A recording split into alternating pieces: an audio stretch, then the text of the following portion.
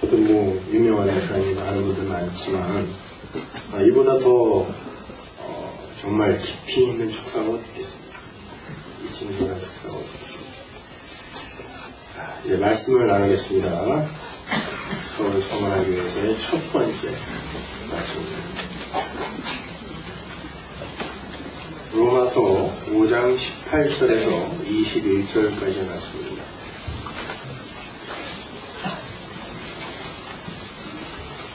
찾으셨으면 우리 함께 운동합니다. 그런즉 한 범죄로 많은 사람이 정죄에 이르는 것 같이 의로움으로 말미암아 많은 사람이 의롭다 하시느라 생명에 이르느니라. 그 사람의 순종하지 아니함으로 많은 사람이 죄인 된 것 같이 한 사람의 순종하심으로 많은 사람이 의인이 되리라. 율법이 가해한 것은 범죄를 더하게 하려 하느라. 그러나 죄가 더한 곳에 은혜가 더 넘쳐나니 이는 죄가 사망 안에서 왕노릇한 것 같이 은혜로 또한 의로 말미암아 왕노릇하여 우리 주 예수 그리스도로 말미암아 영생에 이르게 하려 합니다. 오늘 제가 다 하려고 했던 내용을 반으로 나누어서 다음 주에 본론을 하고 오늘은 서론만 하겠습니다. 지금 제가 살고 있는 곳 근처에 푸은 정몽주 선생의 묘가 있습니다. 저는 지금까지 정몽주 선생의 묘는 손주교가 있는 개성 근처 어디쯤일 거라고 생각을 했었습니다. 그런데 이사를 하고 집 근처 지리를 익히기 위해서 이리저리 다니다가 정몽주 선생의 묘를 발견한 겁니다. 깜짝 놀라서 한달음에 달려가 보니까 제가 알고 있는 그 정몽주 선생의 묘가 맞아요. 영광스럽게도 제가 그 묘 옆에 살고 있습니다. 손주께서 살해당하신 그 사육신 정몽주 선생의 그 시신을 그 후손들이 제가 사는 그 마을로 옮겨와서 부인과 합장을 했다는 그 친절한 설명이 그 앞에 기록이 되어 있었습니다. 나중에 동네 사람들에게 들어보니까 제가 사는 그곳이 굉장히 유명한 유배지였다고 하더군요. 귀양 와서 사는. 그래서 그런지 동네에 유명한 분들의 묘가 유난히 많아요. 거기서 묻히는 건 아닌가 모르겠어요. 그 이야기를 듣고 보니까 저도 그곳에서 귀양살이를 하는 것 같아서 기분이 좀 묘했습니다. 세계의 수도인 LA에서 경기도 오포 능청 리, 난 어디 읍이나 리에 살아본 게 처음이에요. 그리고 이사를 한 건 누가 봐도 귀양처럼 보입니다. 그죠? 저는 이사를 해도 꼭 그런 데가 걸려요. 제가 왜 정몽주 선생 이야기를 저도에 꺼내는가 하면 어렸을 적부터 그 유명한 정몽주 선생의 단심가를 유난히 좋아했었기 때문입니다. 근데 그분의 묘가 속에 있는 곳으로 이사를 했으니까 얼마나 신기하겠습니까? 여러분도 잘 아시는 정몽주 선생의 단심가가 이러합니다. 차신 사료 이 몸이 죽고 죽어 100번 갱사료 100번 고쳐주고 백골 위진토 백골이 진토로 되어 혼백유양 넋이라도 입고 없고 향주 일편단심 이명한 일편단심을 영유계리여지 어찌 고치겠느냐. 제가 왜 이 시조를 좋아했는지 아세요? 저는 예수를 믿고 난 뒤에 우리 성도가 궁극적으로 해야 할 고백이 바로 이 단심가와 같은 결연한 고백이라고 생각했기 때문이에요. 그 어떤 악한 세력이 온갖 미사여구와 먹음직한 당근을 들이밀면서 간곡한 이방원의 하여가 이런 들었더하리 저런 들었더하리가 하여가를 불러댄다고 할지라도 절대로 요동치 않고 하나님을 향한 일편단심을 고백한 이명할 일편단심을 어떻게 바꾸겠느냐라는 이 일편단심을 고백하는 그러한 용사가 되는 게 신앙인의 본무요 의무라고 생각했기 때문에 정몽주 선생의 단심가를 참 좋아했어요. 그런데 신앙생활을 하면 할수록 제 안에서 미명한 일편단심의 그 단심가가 나오는 게 아니라 이런들 어떠하리 저런들 어떠하리에 하여가가 더 많이 나오는 거예요. 그래서 겉으로는 멋지게 일편단심의 그 단심가를 불러대면서 제 안에서 용솟음쳐 올라오는 하여가를 감추기에 급급했었죠. 그게 신앙 좋은 모습으로 사람들에게 비춰지니까. 그러나 다른 사람은 다 속일 수가 있어도 저 자신은 속일 수가 없잖아요. 저는 그러한 유약한 모습이 저 스스로에게 폭로가 될 때마다 견딜 수 없이 부끄러웠고 절망감에 낙담을 하곤 했어요. 그리고 그걸 더 감추기 위해 더 경건한 척하면서 살았죠.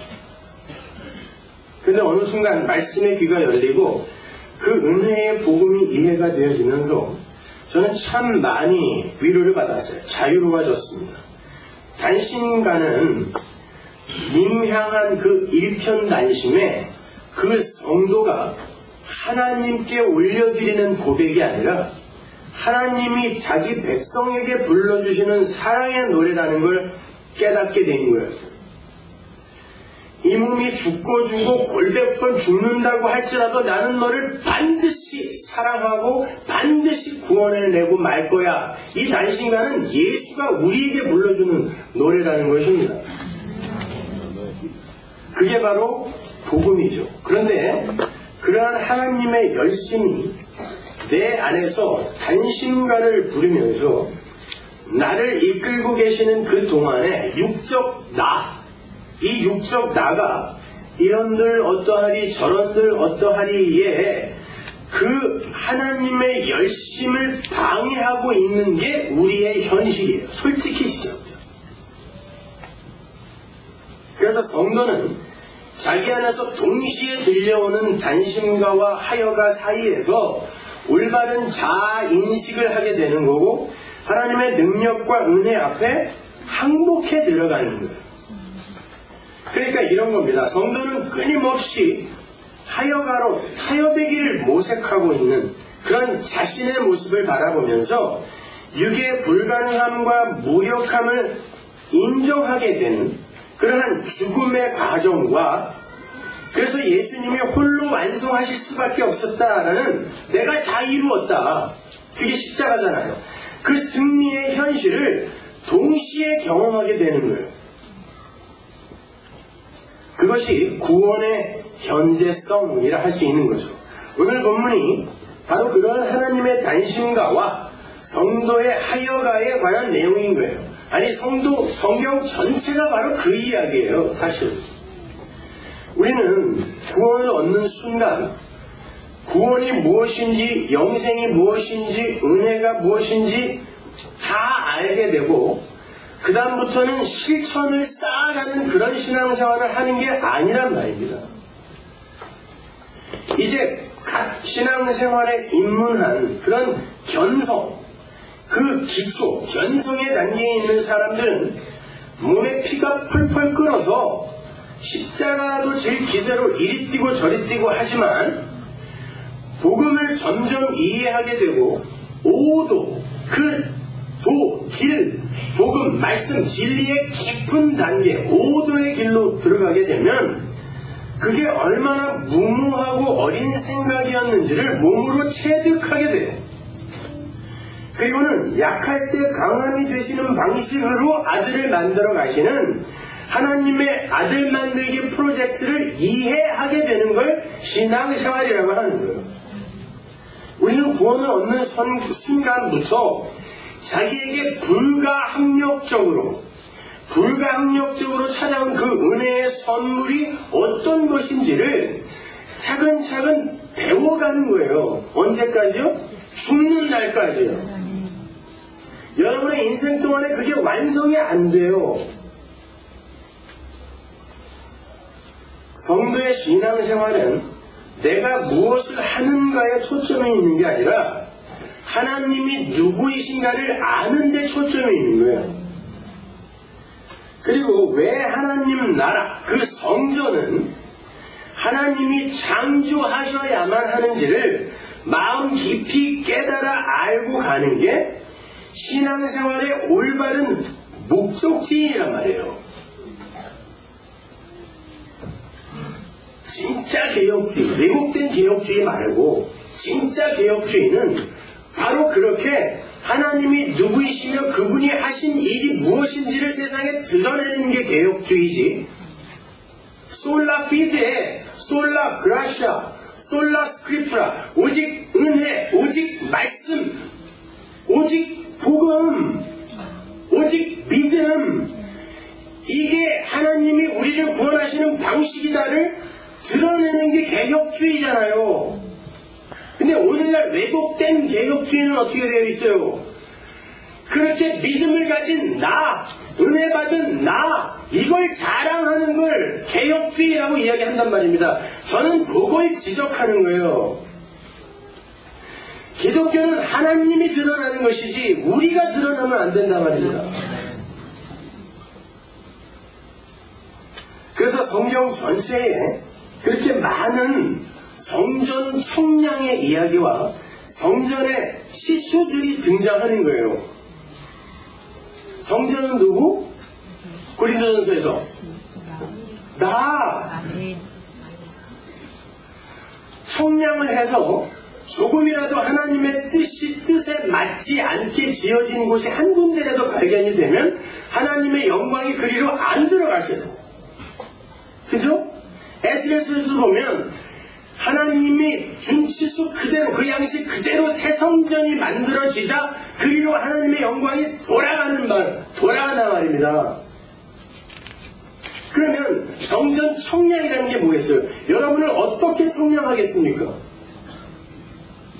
여러분들이 은혜로 지어졌는지 아니면 거기에 지가 뭘 보탰는지 요걸 청량해내는 거예요. 아주 자세하게. 그걸 신앙생활이라고 한다니까요. 그래서 오직 은혜로만 완성된 그곳에만 하나님의 영광이 들어가는 거예요. 그게 유니언 크라이스트 연합이라는 거예요.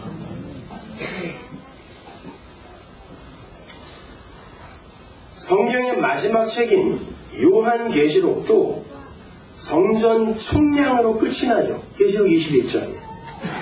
그러나 하나님의 성전 청량이 끝나고 어떤 판정이 내려져야 돼요. 보시기에 좋았더라 여야 돼요. 근데 보시기에 좋으려면, 하나님의 보시기에 좋으려면 혼돈과 공허와 흑암 없음의 상태잖아요. 그죠? 혼돈은 수확처가 없는 이란 뜻이죠. 공허는 emptiness예요. 그러면 수출없죠. 그릇도 없고 공허, emptiness면 뭐예요? 그릇도 없고 내용도 없으면 없음이란 말입니다. 그죠? 거기에 하나님의 말씀으로 비다 있어라, 땅아 생겨라, 이렇게 하나님이 창조하시는 그 창조물을 보시고 하나님이 보시기에 좋았더라, 이 판정이 떨어지는 거예요. 거기에 뭐가 있으면 보시기에 안 좋다니까요. 계시록 21장의 성전 청량이 바로 그 이야기인 거예요. 그래서 결국 창세기 1장을 계시록 21장이 완료시켜내는 거예요. 이렇게 하나님의 아들들 성전이 완성될 것이다, 이렇게. 계시록 21장에 그 성전 청량에 나오는 숫자들이 뭐예요? 10, 1000, 12, 144 이런 거죠. 다. 제가 지난번 설교 때 12가 무슨 숫자라고 했어요? 야곱의 12아들, 12지파, 12사도 아들의 숫자. 그죠? 그래서 계시록에 가면은 거기에 하나님의 거룩한 성전 예루살렘의 12사도, 12지파의 이름이 기록되어 있는 거예요. 이게 아들이라는 거예요. 그 거룩한 성을 뭐라 그러죠? 신부, 어린 양의 신부라고 그러잖아. 교회잖아요. 그걸 성전이라고 그래요. 그게 왜 12, 144, 그러니까 14만 4천을 그냥 숫자로 보는 세대주의는 얼치기인 거예요. 아니에요, 여러분. 12, 그리고 10, 1000 이런 완전수를 사용해서 하나님의 아들은 진짜 하나님의 아들로만 완성된다를 보여주는 게 성전 청량이란 말입니다. 그래서 그게 장과 고와 같은 지성소가 되는 거고, 이게 하나님 나라다가 성경인 거예요. 근데 그렇게 하나님이 요구하시는 시스대로 안 지어진 그곳은 가짜 성전이에요. 그래서 무너지는 거예요. 그게 바로 우리의 육이에요, 여러분. 이게 무너져야 새 성전, 예수 그리스도의 은혜로만 완성된 새 성전이 서는 거란 말이에요. 그게 복음이에요. 그걸 신앙생활이라고 한단 말입니다. 따라서 하나님이 거하시는 새 성전으로 완성된 성도는 이미 여러분은 성전이죠. 여러분 안에 성령이 있다 없다? 있다. 그럼 성전이죠. 그런데 성전이 뭐 이래요? 오늘 아침에도 막 이직하고 나와. 그죠? 왜 그런지 아세요? 그 육이 죽어야 진짜 성전이 드러나는 거예요. 그래서 여러분이 구원받은 성전인데 자꾸 그렇게 남에게 감추고 싶은 일들을 하는 거예요. 그리고는 결국 그 예수의 은혜만 붙들게 되는 거. 그걸 성전으로 지어져 간다라고 하는 거예요. 노력해서 지어져 가는 게 아니라 이미 성전이니까요. 그러므로 이김, 승리 이런 건 우리에게 강요된 의무조항이 아닌 거예요. 이김은 하나님께서 선물로 주는 거예요. 승리는 여러분에게 이미 주어져 있어요. 그리고 그게 어떻게 나에게 주어지게 되었는지를 하나하나 배워가는 걸 신앙생활이라 그래요. 그래서 여러분이 육으로 이겨버리면 안 돼요. 그러면 하나님이 할게요. 그래서 자꾸 지는 거예요. 그걸 가슴 깊이 깨닫고 하나님과 그 아들을 찬송하는 게 성도의 본무입니다. 고린도전서 15장 54절 보세요. 이 썩을 것이 썩지 아니함을 입고 이 죽을 것이 죽지 아니함을 입을 때에는 사망이 이김에 삼킨 바 되리라. 기록된 말씀이 응하리라. 오늘 본문에 사망이 나오는데 사망이 이김에게 삼킨 바 된대요. 은혜에게 삼킨 바 된대요. 우리 주 예수 그리스도로 말미암아 우리에게 이김을 주시는 하나님께 감사합니다. 이겨라 그래요. 너희들한테 이겨라. 이김은 하나님이 우리에게 주신다 그러죠. 이김은 하나님이 우리에게 주시는 거예요. 하나님이 우리에게 이김을 주신 그걸 여러분이 알아가는 그 과정을 사도가 이겨라 라고 하는 거예요. 이미 이긴 이들에게 이겨라. 왜? 하나님이 이겼으므로 내가 세상을 이겼노라 라고 예수님이 말씀하고 가시잖아요. 그게 이겨라란 말이에요. 요한일서 5장 4절 보세요. 대저 하나님께로서 난 자마다 세상을 이기느니라. 세상을 이긴 이김은 이것이니 우리의 믿음이니. 믿음은 보이지 않는 거예요. 그죠? 바라는 것들의 실상이고 보지 못하는 것들의 증거니까 여러분의 이김은 믿음이라 말이에요. 믿음. 예수께서 하나님의 아들이심을 믿는 자가 아니면 세상을 이기는 자가 누구냐? 성도의 이김이 뭐예요? 예수님의 하나님의 아들이심을 믿는 게 성도의 이김이래요. 그분이 나에게 생명을 창조하셔서 선물하셨다라는 것을 믿는 게 성도의 승리라는 거예요. 내가 노력해서 쟁취하는 게 아니란 말입니다. 하나님의 아들은 주 예수 그리스도 밖에 없어요. 우리는 아들로 여겨주시는 거예요. 우리는 자격이 없다는 겁니다. 그러나 그 아들이 첫 열매가 되셔서 우리를 품어 안아주셨기 때문에 우리가 하나님의 아들들이 된 걸 믿는 거예요. 그걸 이김이라 그래요. 그걸 승리라 그래요. 하고 싶은 걸 이 꽉 물고 안 하는 걸 이김이라고 하지 않아요. 그걸 알기 위해서는 나라는 존재의 무력함이 역사 속에서 반드시 발각이 되어야 되는 거예요. 그런데 그걸 위장하고 감추는데 급급하고 있는 게 오늘날 교회의 현실이 아니던가요? 이렇게 성도의 신앙 여정은 나라는 육의 존재가 죽고 부인되며 하나님의 은혜로 주어진 승리가 찬송되는 이중적 본질을 갖고 있어요. 그래서 성도의 삶에 이중적인 하여가와 단신가가 동시에 나타난다니까요. 그렇게 이중적 본질을 가지고 있는 것이기 때문에 하나님의 성전이 된 우리의 성도의 그 역사 속 존재 안에서 위대한 그 하늘 보좌, 승리죠 그건요. 그 하늘 보좌와 죽음의 재단, 내가 죽는 죽음의 재단이 동시에 경험되는 거예요. 그래서 오늘 설교 제목이 보좌와 재단 1편인 거예요. 여러분의 삶 속에 그 두 가지가 다 들어있단 말입니다. 그렇잖아요. 성경은 여러분이 하늘 보좌에 이미 앉아있다 그러죠. 과거 완료로. 앉히셨다 그러잖아요. 근데 보좌에 앉아있는데 하늘 보좌에 앉아있는 사람들이 여전히 마귀 같은 자신의 실체를 수시로 들키고 있잖아요. 재단이 도둑되는 거예요. 그거요. 죽어야 되는 거거든요. 하나님 앞에서. 생명은 하나님만이 창조하실 수 있는 거라는 걸 깨달으라는 거예요. 그리고 그 생명을 선물해 주신 하나님과 그 아들 예수 그리스도의 은혜와 사랑을 찬송하는 자가 되라는 거예요. 쉬운 말로 다른 거 다 잊어버려야 돼요. 십자가만 자랑하는 사람이 되라 예요. 그게 성도의 본무예요. 유일한. 갈라디아서 6장 14절 보세요. 그러나 내게는 우리 주 예수 그리스도의 십자가 외에 결코 자랑할 것이 없으니 그리스도로 말미암아 세상이 나를 대하여 십자가에 못 박히고 내가 또한 세상을 대하여 그러하니라. 이게 성도의 마지막 고백이 되어야 되는 거예요. 성도는 일평생 자신이 내어놓았던 수고와 애씀과 열심을 자랑거리로 상받을 수 있는 스펙으로 가져가는 게 아니라 십자가만 자랑하는 풀림의 자리로 끌려 내려가는 거예요. 모든 피조물은 하나님의 영광을 위해 창조됐기 때문에 그래요. 자존심 상하시죠? 그럼 난 뭐야? 뭐긴 뭐예요? 하나님의 영광을 위해 창조된 자예요. 그걸 기독교예요. 안 그러면 절에 가서도 돼요.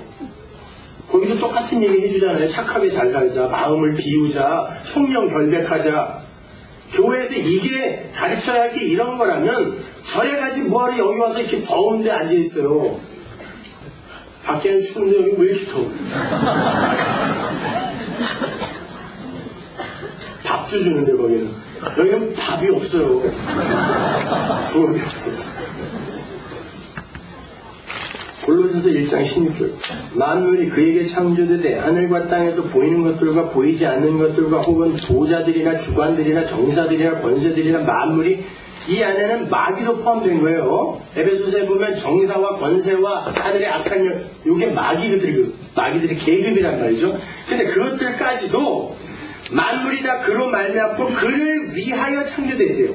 그러니까 그런 것들까지도 하나님이 누구신지를 드러내는 수단과 도구란 말이에요. 빌립보서 2장 10절 하늘에 있는 자들과 땅에 있는 자들과 땅 아래에 있는 자들로 모든 무릎을 예수의 이름에 꿇게 하시고 모든 입으로 예수 그리스도를 주라 시인하여 하나님 아버지께 영광을 돌리게 하라. 이게 목적지예요. 성도의 목적지. 하나님 아버지께 영광을 돌리는 거예요. 내가 영광 받는 거 아니에요. 내 구원이 목적지가 아니라니까요. 근데 우리가 그 하나님에 대해서 들어본 적이 별로 없으니까 자꾸 나로 그리고 이놈의 교회로 여기 로컬 처치로 주의가 자꾸 집중이 되는 거예요. 요걸 어떻게 하면 치울까? 어떻게 하면 부흥을 시킬까? 여기에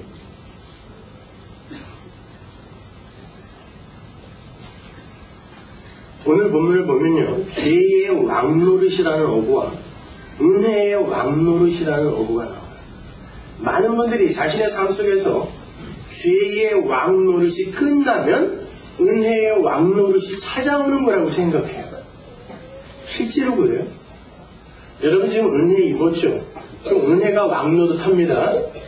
그런데 사도 바울이 야 어떻게 내가 원하는 건 이렇게도 안 하니 나는 어떻게 내 안에 있는 다른 법이 나를 이렇게 질질질질 끌고 다니는데 나는 왜 거기에 끌려다닐까라고 고백하잖아요.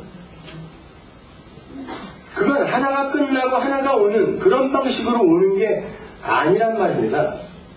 본문 21절을 보면 죄가 사망을 도구로 하여 디아예요. 그 앞에 전치사 디아 다음에 소유격이 오면 수단과 방법이라고 했죠. 디아가 있어요. 사망을 도구로 해서 왕노릇한다고 하는데 죄가요. 이 세상에서 사망, 죽음을 통과하지 않는 사람이 있나요? 없죠. 다 죽습니다. 모든 인간이 다 죽어요. 심지어 창세기 5장에 하나님의 라인, 그 라인들도 다 죽었더라, 죽었더라로 끝납니다.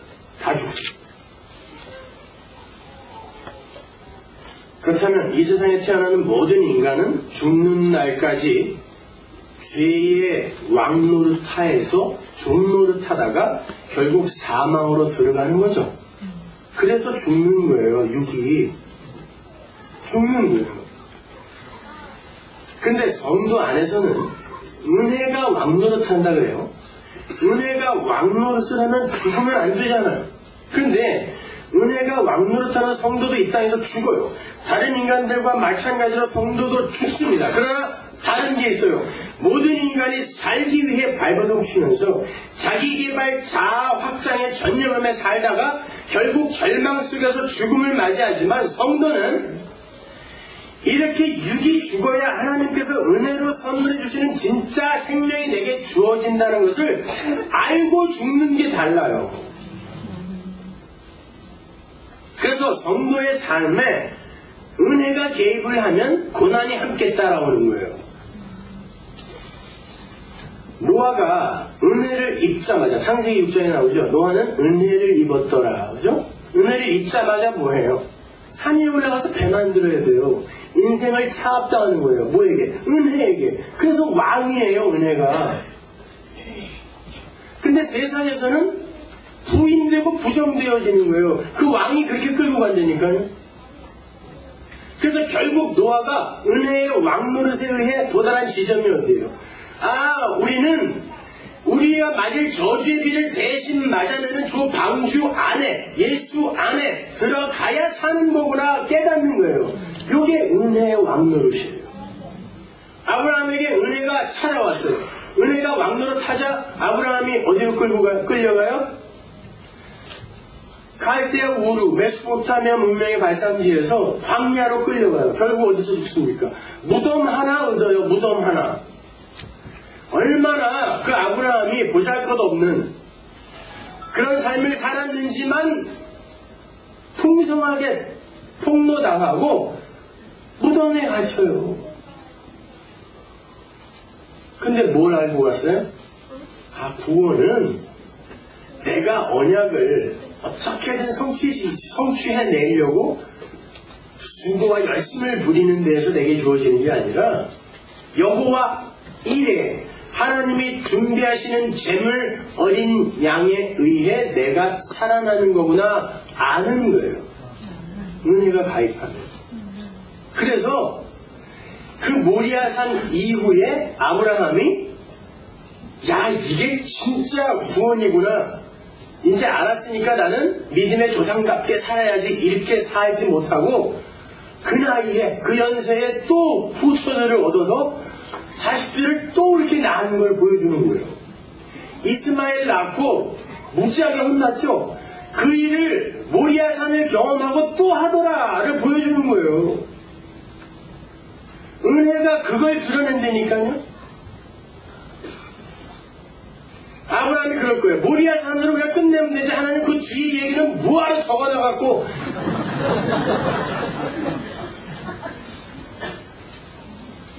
여러분의 인생은 뭐예요? 은혜는 그걸 폭로시켜내는 거예요.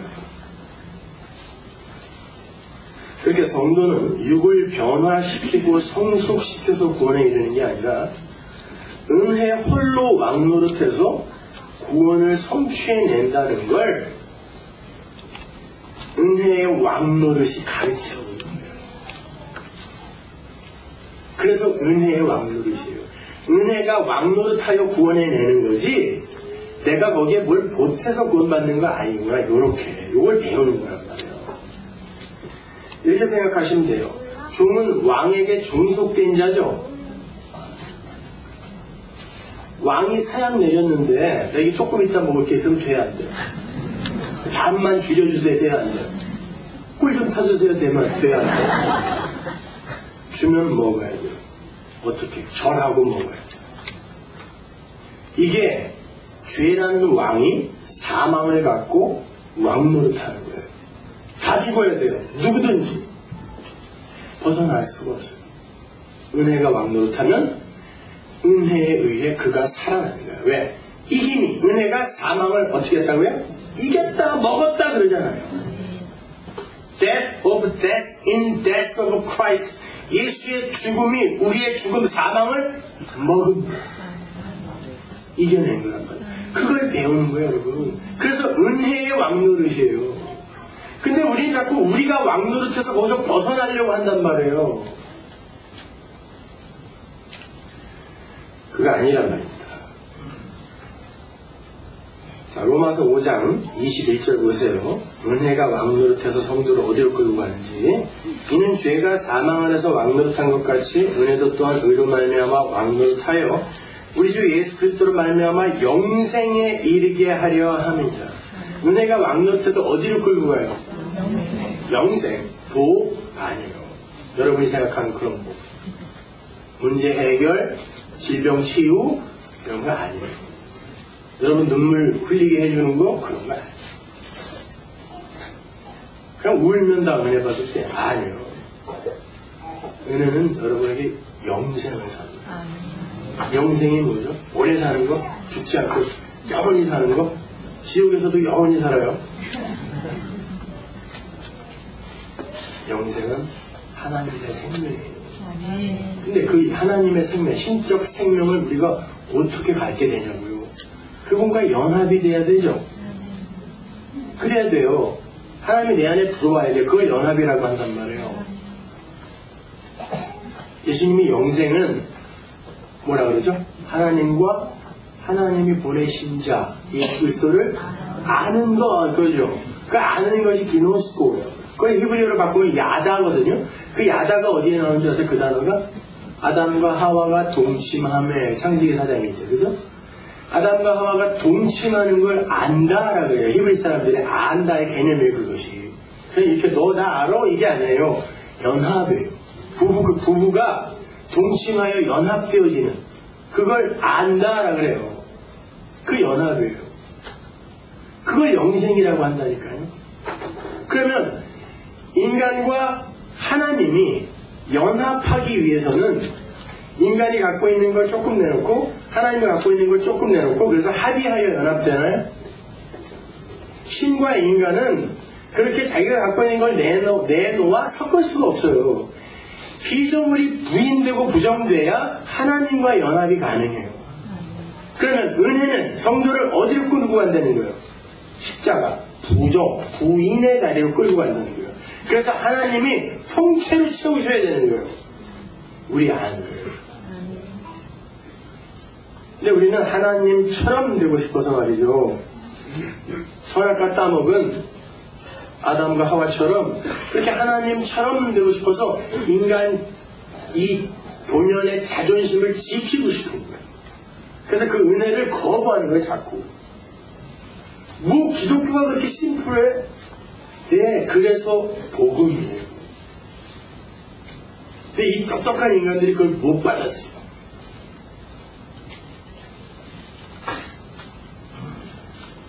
그렇게 하나님과 예수를 아는 것, 하나님과 예수 안으로 연합되어 들어가는 것이 영생이라면 은혜는 결국 성도의 육적 자아를 죽여내는 일을 하는 거예요. 그래서 성도가 신앙생활에 연륜이 깊어지면 신앙에 자신감이 붙는 게 아니라요. 소금 친 푸성이처럼 축 처지게 되어 있어요. 힘이 빠지게 돼 있으니까요. 심지어 하나님, 제가 진짜 죄인 중에 괴수가 아니에요. 나는 교회 가서 봉사하면서도 역시 제 가치를 챙기고 사람들의 칭찬을 원하는 그런 인간이에요. 이렇게. 왜? 그 안에 성령이 있기 때문에 그가 어떤 의도로 그걸 하는지를 그에게 가르쳐 주신다니까요. 진짜 하나님의 영광만을 위해서 어떤 일을 난 해본 적이 있다. 여기서 손들면 무색해지는 게 손. 없어요. 우리는 그렇게 못해요. 하나님이 내 안에서 하시는 일은 있어요. 우리는 안 된다니까요. 그렇기 때문에 우리는 신앙생활이 깊어지면 깊어질수록 내가 죄인 중에 계속 맞습니다. 하나님, 언제든지 하나님이 저 지역 보내도 저는 진짜 아무 할 말 없는 자입니다. 그런데 어떻게 저를 구원해 주셨다고 합니까? 참 믿겨지지 않네요. 이게 성도의 고백이어야지. 구원의 확신이 날로 굳건해지는 건 뭐가 이상합니다. 근데 만나기만 하면 물어봐. 무슨 헌병이 검문하듯이 구원 언제 받았냐고. 그래서 당신은 아냐고. 우린 창세 전에 구원 받았다며요. 창세 전에 이렇게 대답하세요.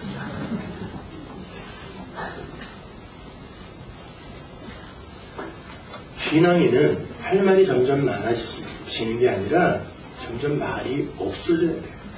할 말이 없어져야 돼요. 뭐 그렇게 남의 설교 갖고 찍고 뜯고 요거는 뭐가 잘못됐고요, 요거는 뭐가 잘못됐고요. 그런 할 말이 없어서요. 이제 갓 입문한 뭐 전도사, 강도사 애들이 인터넷에 다 이렇게 댓글 올리는 거 보면 아유, 니들도 언젠가 소금 맞을 날 있어. 안타깝다. 그런 생각밖에 안 들어요. 뭘 그렇게 내가 아는 걸 자랑하고 싶어서 어쩔 줄들을 몰라. 오프라인에서 삶을 살을 했더니 익명이 보장되는 온라인에서 그냥 써놓고 도망가고 그런 거 하지 말란 말이에요. 가정에서 아내를, 자식을 사랑하고 직장에서 성실하게 일하고 하면서 또 나의 나됨을 발견하고 예수의 십자가 붙들고 이렇게 살아야지. 뭘 앉아가지고 손가락으로만 이러고 앉아있냐고. 그게 무슨 신앙생활입니까?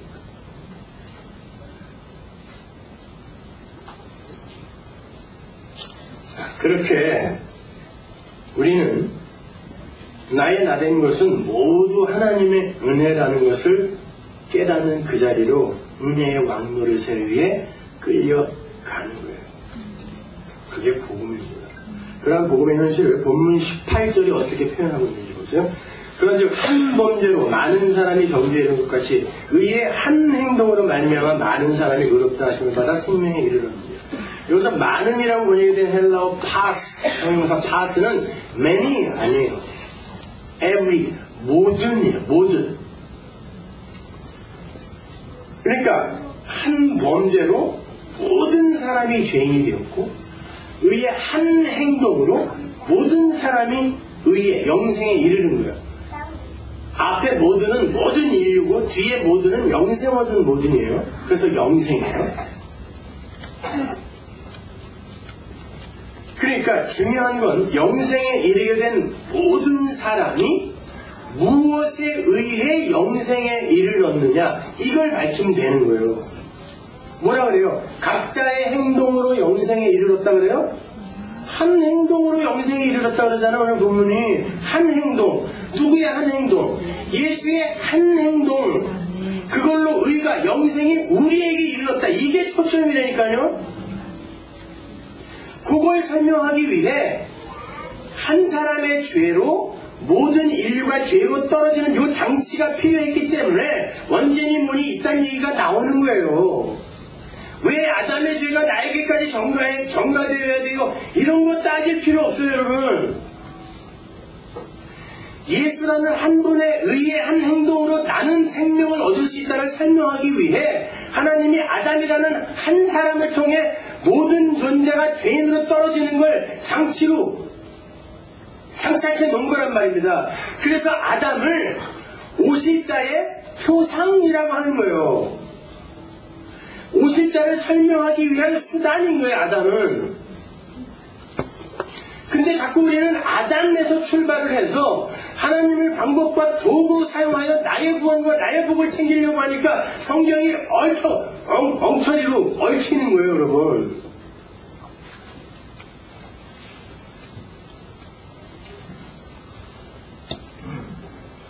(19절을) 보시면 그게 더욱더 확실하게 돼요. 한 사람의 순종치 아니함으로 많은 사람이 죄인의 것 같이 한 사람의 순종하심으로 많은 사람이 의인이 되리라. 끝. 여러분이 열심히 순종해서 의인 되는 거 아니고 한 분의 순종이 우리에게 선물로 주어져요. 그가 하나님께 납작 엎드리는 상태.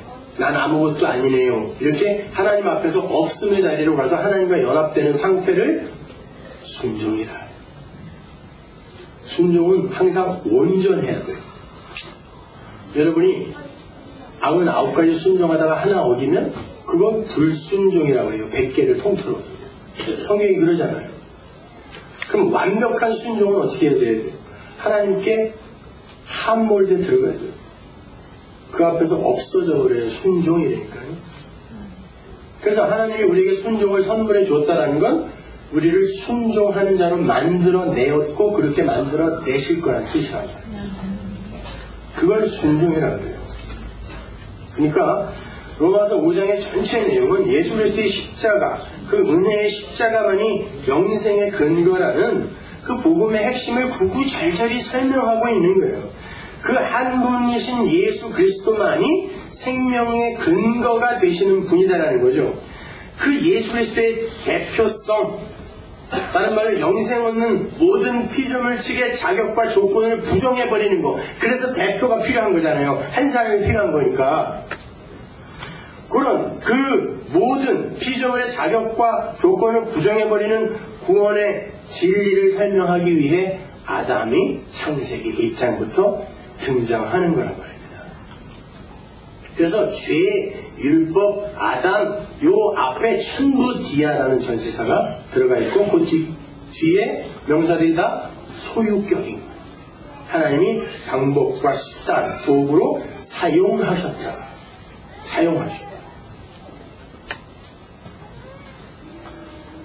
자, 그렇게 이 역사는 영생과 하나님 나라라는 성취물 앞에서의 그 피조물들의 불가능함과 무력함을 확증하고 인정케 하는 용도로만 쓰이게 되어 있는 거예요. 그래서 이 역사의 결말을 성경이 뭐라 그러죠? 멸망이에요. 이 역사의 주관자는 하나님이죠. 그래서 히스토리 아니에요. His story. 그분이 주관하고 계시면 그분이 주관을 하면 목적을 갖고 주관을 하실 거 아니에요.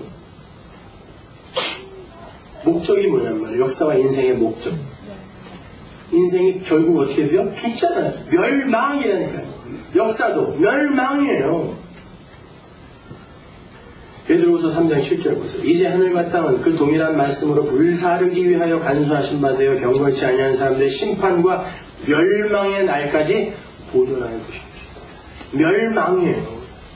뭔가를 교훈하고 가르치는 그 일이 끝나면 멸망으로 그냥 끝나는 게 이 역사란 말입니다. 역사야, 인생아, 너희들이 한번 할 수 있을 만큼 최대한 한번 해봐. 의술도 발전시켜보고 문명도 발전시켜보고 인터넷, 휴대전화, LTE 이런 거 한번 다 해봐. 그리고 그 결과를 한번 나에게 보여줘. 멸망이에요. 그러면 니들이 최선을 다해서 한 게 멸망이라면 이제 니들이 의지할 건 뭐겠니? 하나님의 은혜, 십자가. 그걸 드러내는 게 역사고 그 작은 역사를 사는 여러분의 인생이란 말이에요. 하나님을 높이는 거. 여러분은 쇠하고 하나님이 흥하는 거. 이게 우리 인생이에요. 교회는 쇠하고 하나님이 흥하는 거.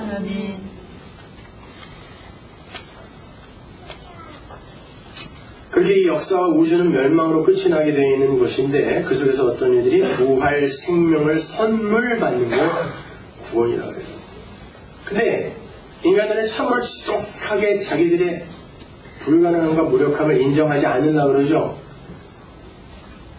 그래서 인간을 복제하여 장기를 따로 마련해서 죽을 것 같으면 그냥 홀랑 갔다가 수술받고 아일랜드라는 영화에서 보셨죠? 그런 시도까지 하는 거예요. 영생하고 싶어서. 우리가 우리가 얼마나 죄인인지, 왜 죽어야 하는지 인간들이 몰라요. 아니, 알고 싶어 하질 않아요. 그래서 하나님이 주신 게 뭐라 그래요, 성경이? 율법이라 그러잖아요. 율법. 본문 20절 보세요. 율법이 가입한 건 범죄를 더하게 하려 함이라. 그러나 죄가 더한 곳에 은혜가 더욱 넘쳤느니라. 여기서 더하게 하다, 플레오나조는 increase가 아니라 fullness. 율법은 죄를 더 풍성하게, 더 짙게, 더 많아지게 하기 위해 우리에게 줬다는 게 아니라, 죄를 간과하여 보고 있는 너희들에게 죄가 진짜 무엇인지 그 실체를 보게 해주기 위해 우리에게 준 거라는 거예요. 율법이.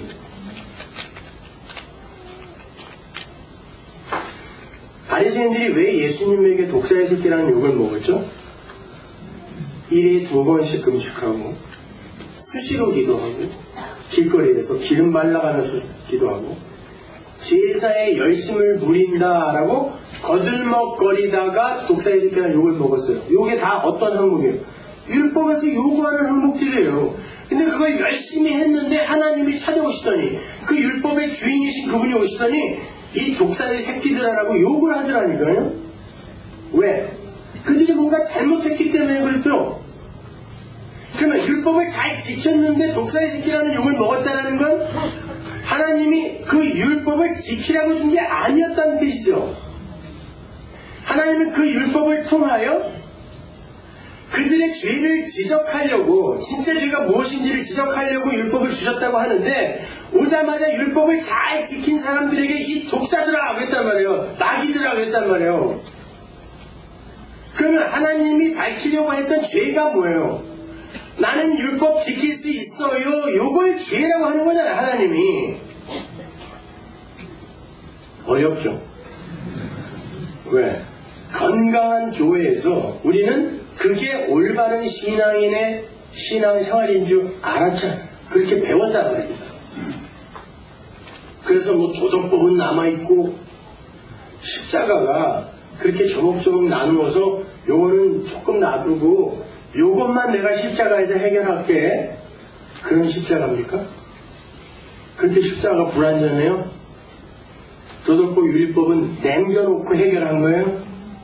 율법을? 도대체 이런 발상은 어디서 나오는 걸까요? 끝까지 인간의 자존심을 놓지 않겠다라는 이 악마성에서 나온 거예요.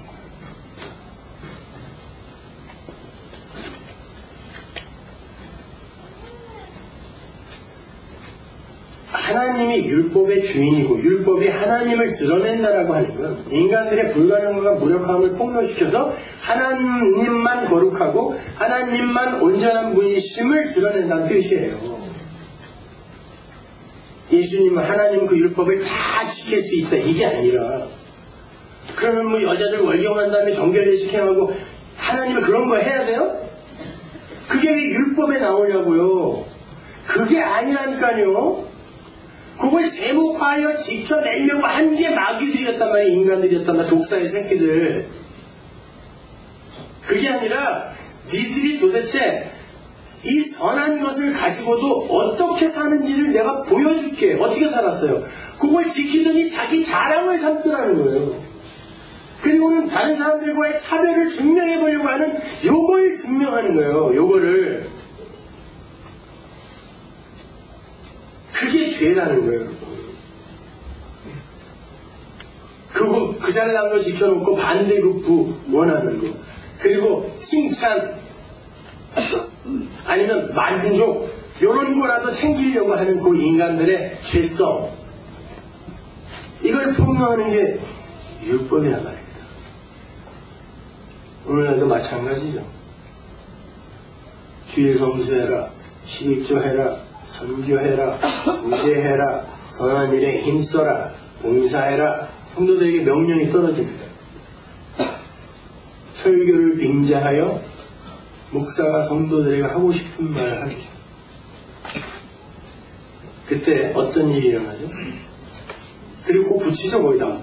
그러면 복 받는다, 문제 해결된다, 어둠에서 빠져나오게 된다, 되는지 안 되는지 시험해봐라, 이런 게 꼭 붙어요. 그러한 반대급부를 노리고 종교 행위를 하는 걸 성경이 죄라고. 그걸 죄라고 해요.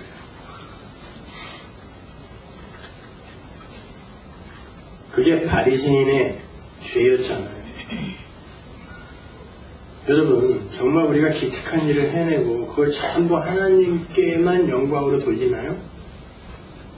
저도요, 설교하고 심지어 설교를 하고 내려가서도 꼭 우리 집사람한테 물어봐요. 나 오늘 잘했어? 꼭 약점만 집어내요. 그럼 화가 나요. 당신이 해보지 이렇게. 10분이나 때우라고 이렇게 돼요. 그럼 뭐예요? 설교를 하고도 은근히 칭찬을 기다리는 게 인간이에요. 그럼 뭐가 하나님의 영광을 위해서 하는 거예요 도대체가? 우리가 쏟아놓는 건 다 죄예요. 그때 성도는 십자가의 필연성을 거기서 또 한 번 붙들어요. 그래서 예수님이 죽으신 거예요. 이런 일의 이야기를 듣고 그러면 이제 아무것도 하지 말아야지. 이렇게 맘먹는 사람들은 어때? 그럼 왜 아무것도 안 하겠다는 거예요? 그동안 몹시 피곤했다는 거죠? 거기 하면서.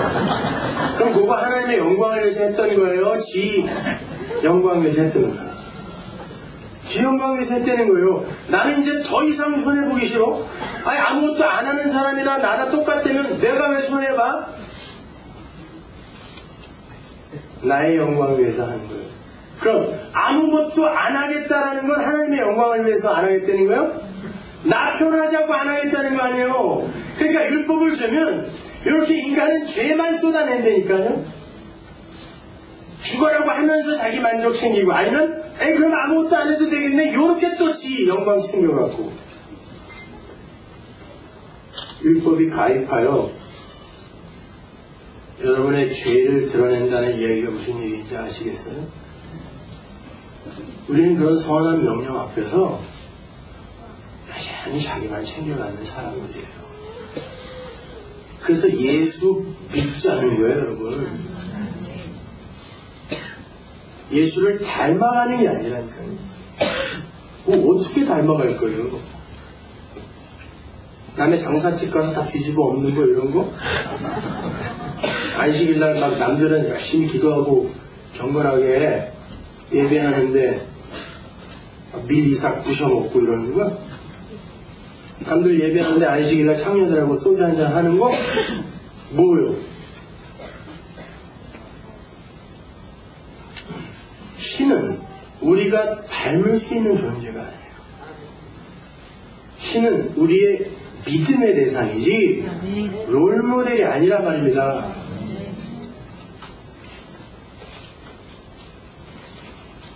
예수를 믿으시면 그 예수가 나에게 선물해 주신 그 삶을 당연히 지향하게 되어 있습니다. 하늘의 삶을. 그래서 우리는 먼저 그 은혜 앞에 굴복하자는 거지. 그럼 이제 아무것도 하지 말라는 거예요? 도대체 어디서 그런 소리가 나오냐고요? 그런 착한 일, 선한 일은 여러분에게 행복하라고 하나님이 선물해 주시는 거예요. 해보세요. 행복해요. 내가 뭐 배 터지게 먹는 것보다 자식 새끼가 아니면 가난한 어떤 이들이 나의 도움으로 배부르게 먹는 그 모습을 보면서 우리는 배가 고파도 행복하잖아요. 그게 원래 한나라의 삶인데 요만큼씩 맛보라고 주는 거지, 그거 해서 거들먹거려 내 앞으로 상 받을 스펙으로 쌓아서 가져오라는 게 아니란 말입니다. 선한 일을 행복하라고 우리에게 하나님이 주신 선물이란 말이에요. 그러니까 당연히 해야죠. 하세요. 왜 안 하십니까 그걸? 근데 마치 기독교의 목적지가 그것이냐 오도를 하니까 제가 화가 나는 거예요. 예수에 대해서 개뿔도 모르면서 십자가 은혜에 대해서는 요만큼도 모르는 인간들이 열심히 무슨 선한 일을 쌓아서 자기를 자랑하고 세상을 공평하고 평화롭게 만들겠다고 하고 앉아있으니까 이게 답답한 거예요. 거기에 예수가 어디에 끼어듭니까?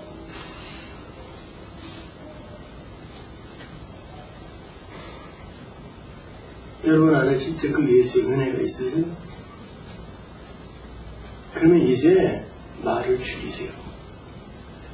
그리고 가만히 보세요. 자기의 삶에 그 말씀이, 그 십자가가 자기 부인이 진짜 나타나고 있는지를 먼저 확인하는 거예요. 할 말이 없어져요.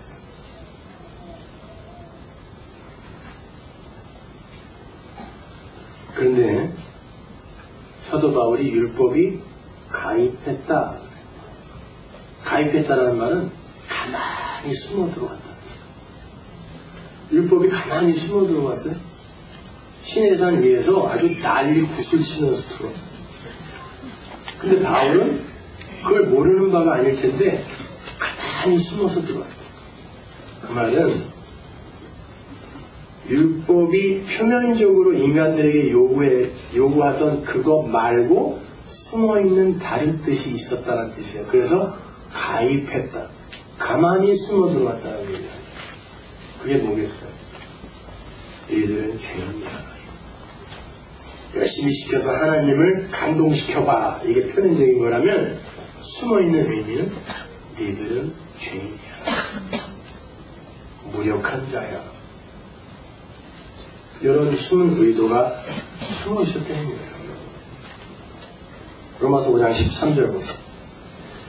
죄가 율법 있기 전에도 세상에 있었으나 율법이 없을 때에는 죄를 죄로 여기지 아니하느니라. 무슨 말일까? 이게 그 말이거든요. 이게 무슨 말로 이해하고 계셨어요? 여러분, 율법이 주어지기 전에는 죄가 아니었나요? 율법이 BC 1500년 모세 때 주어졌습니다. 그 이전에 BC 1800년경에 여러분 국사 시간에 배운, 국사나 세계사 시간에 배운 거 있죠? 함무라비 법전이 있었잖아.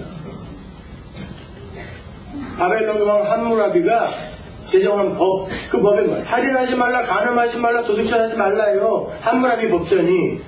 그걸 한마디로 줄이면 이에는 이, 눈에는 눈이 함무라비 법전이에요. 바벨론의 법이에요. 율법을 하나로 줄이면 뭐예요? 눈에는 눈, 이에는 이. 뭐가 달라요? 함무라비 법전이라. 그게 먼저 있었다니까요? 그리고 그걸 어기면 죽이거나 감옥에 쳐넣었어요. 뭘 율법이 오기 전에 죄를 죄로 안 여겼어요? 죄를 여겼으니까 감옥에 넣고 죽였잖아요. 그러면 이게 무슨 말이겠냔 말이에요, 여러분. 율법이 밝히려고 하는 죄는 그러한 종류의 죄가 아니라는 거예요. 그러니까 함무라비 법전이 주어진 그 상태에서 인간들이 죄라고 여기는 것만, 살인하지 말라, 간음하지 말라, 도둑질하지 말라, 요것만 신경 쓰면서 요것만 안 하면 우리는 의로운 사람이야 이러고 있었기 때문에 율법을 주어서 죄를 진짜 죄로 보지 못하는 너희들의 눈을 뜨게 해서 진짜 죄가 뭔지를 보게 해주겠다는 거예요. 그래서 율법이 있기 전에는 인간들이 죄를 죄로 여기지 않더라라고 이야기를 하는 거예요. 함무라비 법전이 이야기하는 고제만 죄로 여기고 있더라, 이 뜻이란 말이에요. 그러니까 하나님이 드러내고자 하는 죄가 뭐예요? 인간들의 하나님 흉내내기란 말이에요. 하나님 흉내내기. 피조물의 하나님 흉내내기. 근데 하나님을 닮아서 하나님을 흉내내겠다는 건 뭐냐고 도대체.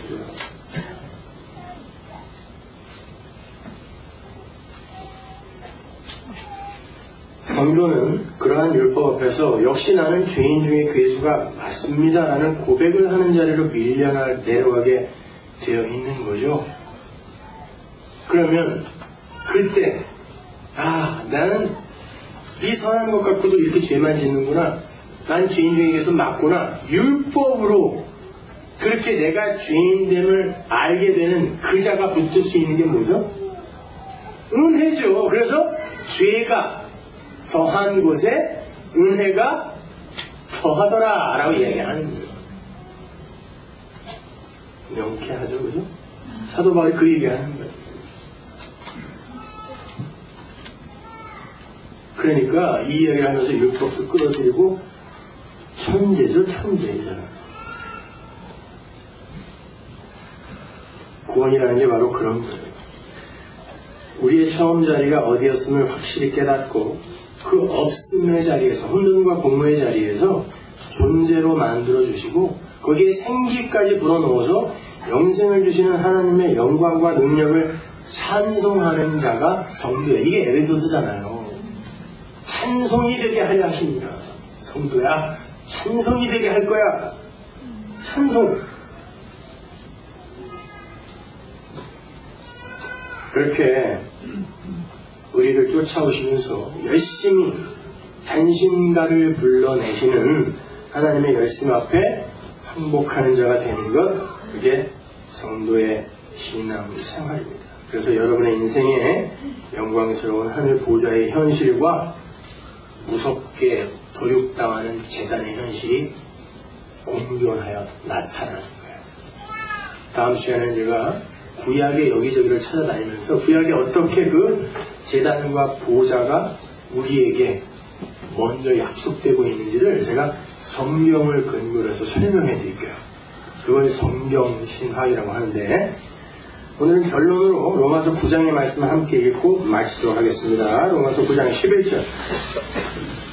그 자식들이 아직 나지도 아니하고 무슨 선이나 악을 행하지 아니한 때에 택하심을 따라되는 하나님의 뜻이 행위로 말미암지 않고 오직 부르시는 이에게로 말미암아 서게 하려 하사 리브가에게 이르시되 큰 자가 어린 자를 섬기리라 하셨나니 기록된 바 내가 야곱은 사랑하고 에서는 미워하였다 하신과 같으니라. 그런즉 우리가 무슨 말하리요? 하나님께 불의가 있느뇨? 그럴 수 없느니라. 모세에게 이르시되 내가 긍휼히 여길 자를 긍휼히 여기고 불쌍히 여길 자를 불쌍히 여기게 하셨으니 그런즉 원하는 자로 말미암음도 아니요 다른 박질하는 자로 말미암음도 아니요 오직 긍휼히 여기시는 하나님으로 말미암음이라. 원하는 자, 다른 박질하는 자 안 된다는 거예요. 오직 하나님이 긍휼을 부으신 자, 그들만이 영생으로 구원으로 들어가는 거예요. 그리고 그 은혜만을 의지하는 자로 만사를 내주는 걸 기독교라고 그래요. 성화교회를 지향하는 복음을 말해요. 그것이 기도하겠습니다. 하나님 은혜를 감사합니다. 우리 하나님을 알면 알수록 참 숨고만 싶고 오히려 하나님 나를 떠나소서 이런 고백을 하고 싶어집니다. 그런데 하나님이 얼마나 우리를 사랑하시는지를 알기에 그 하나님과 함께 있고 싶어 이렇게 면목 없이 또 하나님의 은혜에 의지하여 나옵니다. 하나님, 이렇게 더욱더 우리의 처음 자리가 분명하고 확실하게 우리에게 드러나고 이해되어지게 하시고 하나님의 은혜만이 우리의 찬송거리가 되게 하여 주옵소서. 예수님의 이름으로 기도합니다.